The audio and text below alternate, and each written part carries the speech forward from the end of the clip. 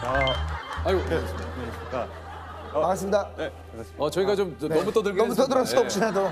갑자기 경찰 네. 관분께서 오셔가지고 저희가 좀 놀래긴 했습니다. 네.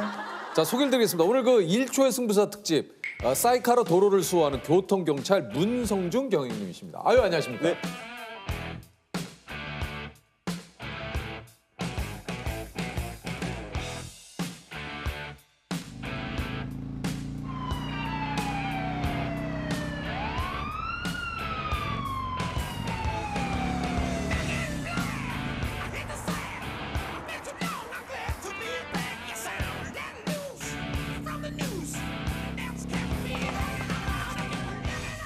반갑습니다.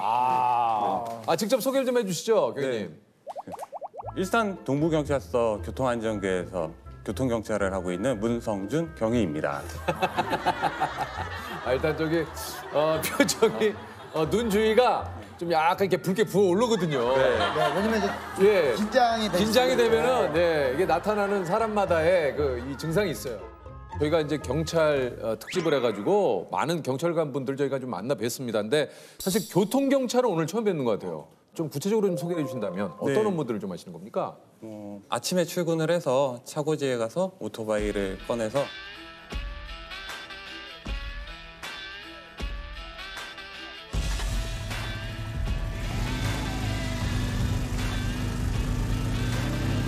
출근길 교통관리하고요.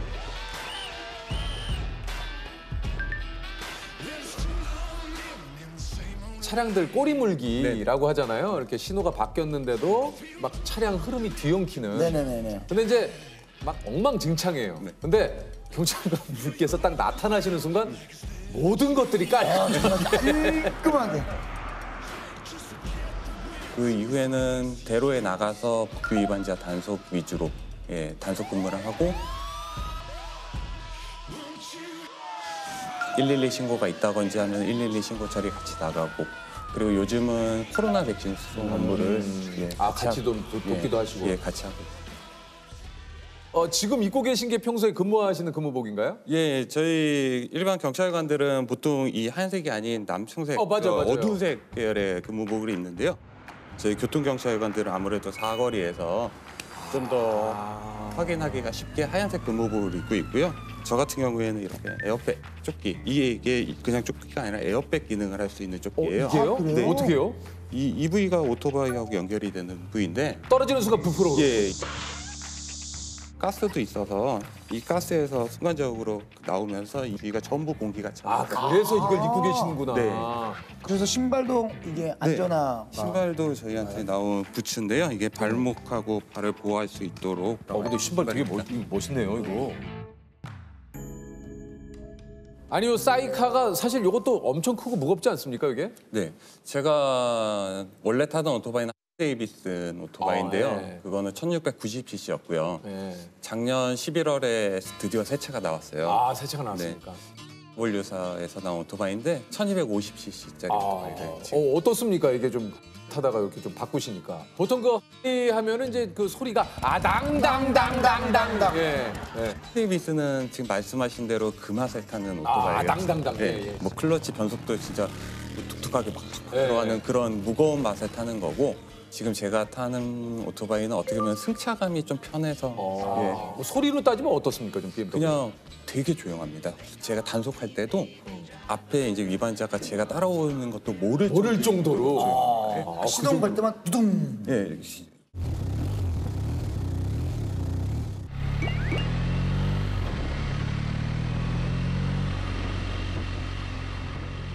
최대 시속이 지금 타는 오토바이는 몇 킬로 정도 됩니까? 매뉴얼상에는 200km 이상이라고만 적혀 있습니다. 근데 오토바이로 200km 달리는 건 그건 너무 무서울 것 같은데요. 어떤 뭐 뉴스 같은 거 보면 누구 도주 차량 같은 거 오토바이 쫓아갈 때. 따라가는 거 그 진짜 그 시속이 엄청난 거 위험하지 않아요, 진짜? 좀 무섭지 않습니까, 또 때로는?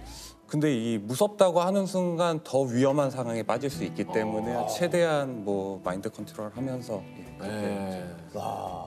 아차하는 순간. 그 요즘 또 그 큰 오토바이들은 무게가 또 굉장히 네네네네. 어마어마하잖아요. 네. 예. 제 지금 타고 있는 오토바이는 300km가 넘고요, 무게가.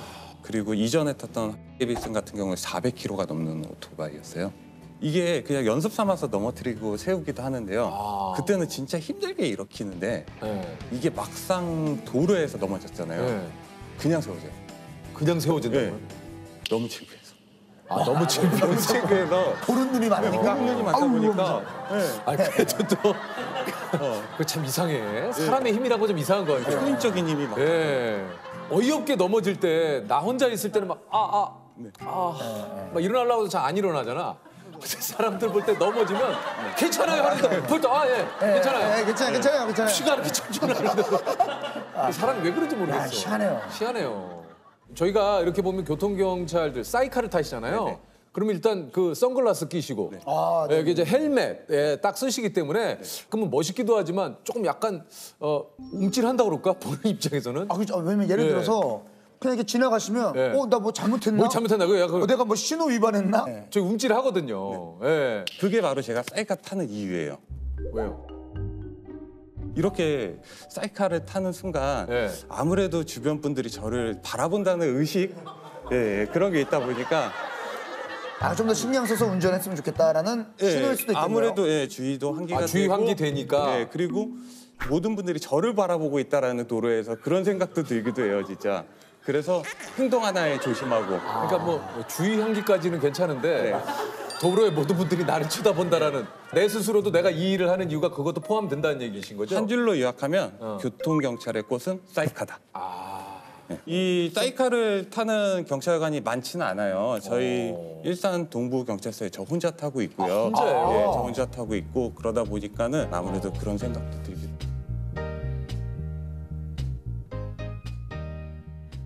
그럼 이 경쟁률이 좀 치열하지 않습니까? 이 사이카 타려면?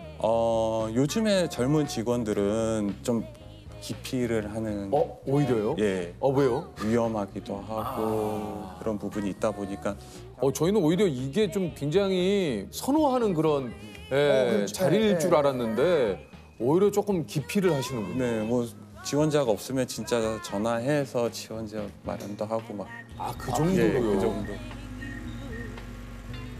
하루 중에 또 가장 바쁠 때가 좀 어떤 시간대인지. 보통 출퇴근 교통정리하는 시간이 가장 바쁠 거라고 생각하시지만 네. 저한테 가장 바쁜 시간은 11시에서 오후 2시 사이. 왜 그때가?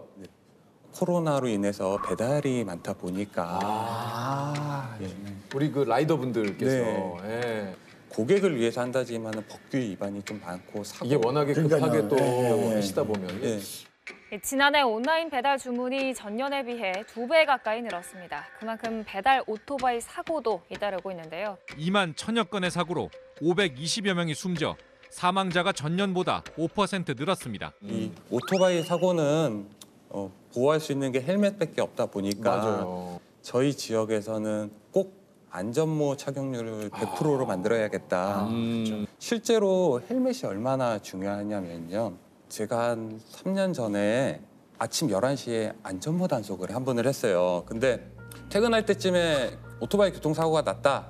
그 정도만 듣고 전 퇴근을 했거든요.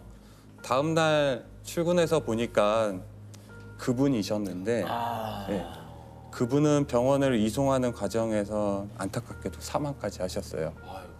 그러니까 제가 조금 더 안전에 대해서 말씀을 더 드렸다고 하면 그분이 헬멧을 더 쓰셨을 거고 그렇게까지 되지 않았을까라는 그런 생각이 참 많이 들었고 좀.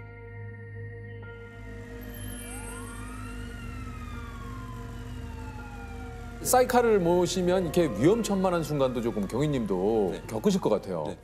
제가 한 몇 년 전에 웨빈이 방한을 하셔서 자유로 아시죠? 알죠. 자동차 전용도로 네. 그 에스코트를 동료 직원들과 함께 하다가 갑자기 기어를 변속할 수 있는 클러치 케이블이 끊어져 버린 거예요. 한 100km 이상 달리고 있는 상황에서. 갑자기요? 예. 이 상황에서 진짜 넘어지면은 크게 다치겠구나. 시도 꺼지면 넘어질 수가 있기 때문에 맞아요. 갓길로도 못 가고 1차로 안쪽으로 들어와서 겨우겨우 뭐 1, 20km까지 속도를 줄여가면서 이제는 넘어져도 크게 안 다치겠구나라는 생각이 들면서 멈추려고 하는 순간 시동이 뚝 끊어지면서 이제 멈췄거든요. 그때 견인차를 급하게 요청을 했는데 2시간 걸렸어요. 2시간을 계셨어요? 네, 2시간을 기다려서. 1차로 안쪽 갓길에 혼자 서서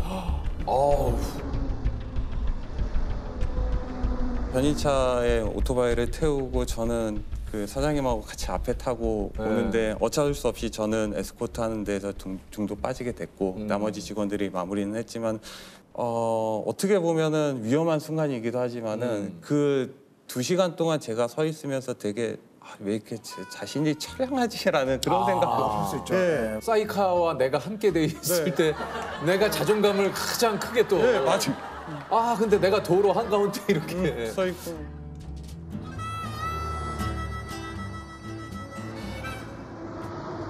아니 근데 이제 경위님께서 이제 기본 임무 외에도 긴급 출동하는 응급차나 소방차 길을 터주는 일을 또 하신다고 들었는데. 네.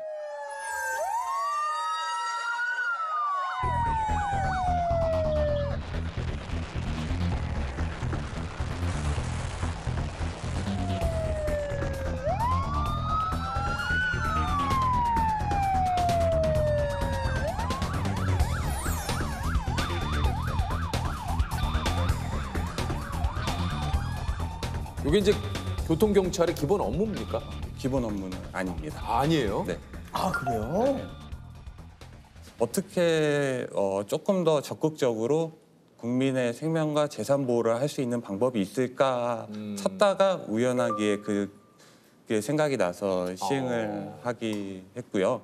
그러다가 그 후에 언론 보도에 보니까 구급차가 사고가 났어요. 교차로에서. 구급차가 전도가 되면서 구급대원분들이 밖으로 튕겨져 나오셨는데 119 구급차가 사이렌을 울리며 사거리로 들어갑니다. 교차로를 빠져나가는 순간 오른쪽에서 달려온 차량과 부딪혀 나동그라집니다. 차 밖으로 튕겨나온 구급대원은 곧바로 몸을 일으킵니다. 쉽게 몸을 가누지 못하던 다른 대원도 기어서까지 몸을 움직입니다. 이들이 구하려던 건 심정지 상태에서 병원으로 실려가던 91살 환자 김모 씨였습니다. 본인도 많이 다치셨을 텐데 환자분을 챙기시면서 그 수신호까지 하는 걸 보고 제가 조금 더 적극적으로 해야겠다 그런 생각으로 임하게 돼요. 진짜 시속 120, 130 막 달리는 구급차들이 있어요. 그러면은 딱 봐도 아 저건 진짜 심정지 아니면 중증 외상 환자 진짜 긴급한 상황이구나. 그래서 제가 뭐 이렇게 생각할 여유 없이 그냥 무조건 저기 따라가야지. 무조건 가서 안전하게 병원 도착할 수 있게 해줘야지. 그런 생각부터 되게 되는 것 같아요. 제가 거의 이 소방차 길 터주기를 처음 초창기 막 시작했을 때예요. 그래서 일단 소방차 가니까 무작정 붙긴 했는데 이게 가다 보니까 갑자기 배달 오토바이가 한 대가 제 옆에 나타난 거예요. 단순히 위반하는 사람인가라고 처음에는 생각도 했었는데 이 배달 오토바이가 제가 이동하는 경로에 제가 통제를 하면은 이어서 통제를 해주시더라고요.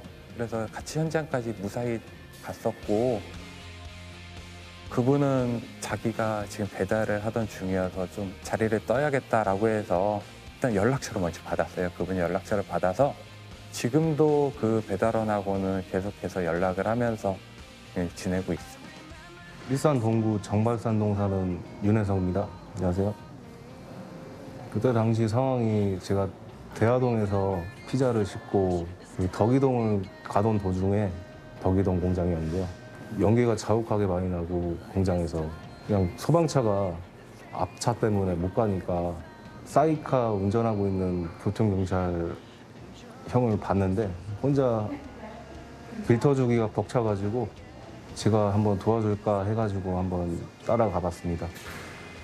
화재를 진압하고 그때 피자를 싣고 고객님한테 갔는데 1시간 반 만에 도착했어요. 그래서 너무 죄송한 마음에 제가 환불을 해드리려고 했었는데 너그럽게 다 이해해 주셨습니다. 네, 손님이. 가끔 이제 신호등이 고장 났다거나 아니면 좀 위급한 상황에 내려서 하실 때도 좀 있거든요. 그럴 때도 좀 때로는 무서울 때 좀 있지 않으실까요? 저희 관내에 아까 말씀드린 자유로가 있다 보니까 화물차에서 이제 낙하물이 떨어져서 통행에 불편하다거나 네. 교통사고가 발생을 하게 되면 2차 사고로 이어질 수 있는 맞아요. 확률이 그렇죠. 되게 높아요. 거기는 고속으로 주행하는 도로다 보니까 그럴 경우에는 요즘에 트래픽 브레이크라고 해서 제가 5차선에서 1차선까지 왔다 갔다 지그재그를 하면서 차량 속도를 서서히 줄이는 통제 방법을 쓰고 있는데요. 제 입장에서도 안전하고 제 뒤에 따르는 그 시민분들도 가장 안전한 방법이니까. 그렇죠, 그렇죠. 네. 근무하면서 경위님이 좀 가장 많이 하는 말 있습니까? 아무래도 그 제가 말한다는 거는 어느 분이 위반해서 제가 단속할 때예요. 그러면 저는 일단 우리 선생님, 우리 선생님이라고 네. 해서 그건 우리 선생님. 그게 제 방어적인 표현일 수도 있어요. 출발하겠습니다. 우리 선생님 안전모 미착용 단속하겠습니다. 출발하겠습니다. 우리 선생님 뒤에 신호위반 하셨고요. 면허증 좀 제시해 주십시오. 요즘은 어떻게 합니까? 요즘은 경위님. 제가 이제 딱 위반을 했어요. 해서 그거 한번 딱 보여주세요. 네. 우리 선생님께서는 도로교통법 5조 신호위반 하셨습니다. 면허증 제시 좀 해주십시오. 아 근데 제가 이게 노란불에서 막 바뀔 때 멈출 수는 없잖아요. 네. 그 뒤에 급브레이크를 밟으면 사고가 날 수 있고 그래서 그냥 간 건데 침입을 우리 한 선생님 여기 어린이 보호구역이었는데 그렇게 노란불에 건데. 여기 어린이 보호구 이거 뭐, 와, 정말 잘못했는데요? 아니 이런 아예예 여기 가상계좌 있고 몇 월 며칠까지 납부하시면 되고 도로교통법 5조 어린이 보호구역 신호위반으로.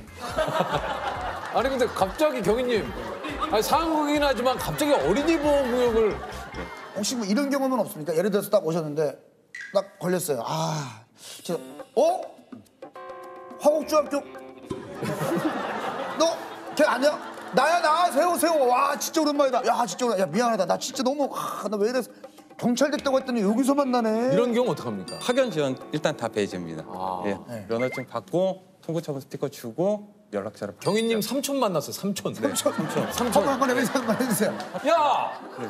여기 삼촌 만나도 학연 지원 다 배제. 나중에 조카한테 용돈을 그만큼 제가 더 주더라도 그러면 정말 이 자리까지 있게 해준 은사님이 아이고 이렇게 됐다네. 그러면은 걔도 한다고 하겠지만 스티커는 발부해서 제가 가지고 있다 제가 제 돈을 내야죠. 그럼 조금 더 극한 상황으로 사모님을 만나서 여보. 자기야. 그런 일이 없습니다. 어떤 일이 생길지 아니 모르니까. 저한테도 갑자기 어린이 보호구역을 지금 그렇죠. 지금 뭐 당연히 안 해야 되는 건데 그걸 뭐 예. 그것도 당연히 발부하고 제가 내야죠 제 돈으로. 예. 아니 그 저기 반대로 좀 경위님이 근무하면서 가장 많이 듣는 말이라고 할까요? 보통은 이제 듣는 말은 그분이 단속을 당하시고 가실 때예요. 뭐 진짜로 잘 먹고 잘 살아라 그러신 분들도 되게 많고요. 솔직히 본인도 사정이 있겠습니다만 본인이 잘못해놓고 그렇죠. 잘 먹고 잘 살기는요. 뭐 그 말을 그렇게 합니까? 사거리 신호 위반하셨습니다. 면허증 부탁드리겠습니다. 너네 신호 일부러 저렇게 만든 거지? 내가 청와대 인권위 싹 다 고발할 거야. 니네 과장 이름이 권명철 맞지? 나랑 아삼육인데. 모르겠다. 자 우리 저 공통 질문 한번 드려볼까요, 네. 우리 조셉? 내 인생에서 찰나가 영원처럼 느껴졌던 순간. 저는 찰나가 영원처럼 느껴졌던 순간을 되게 좋은 기억으로 갖고 있는데요. 제가 노량진에서 고시원 생활하면서 컵밥 먹어가면서 2년 동안 진짜 정말 열심히 준비를 했는데 경찰 공무원 그 채용 그 공지가 딱 뜨고 컴퓨터를 딱 보는 순간 제 이름 숫자 딱 있는 거예요. 그 기억이 머릿속에 사진처럼 명확하게 제가 입고 있던 옷부터 시작해서 그 장면이 딱 박혀 있거든요. 그 시간이 가장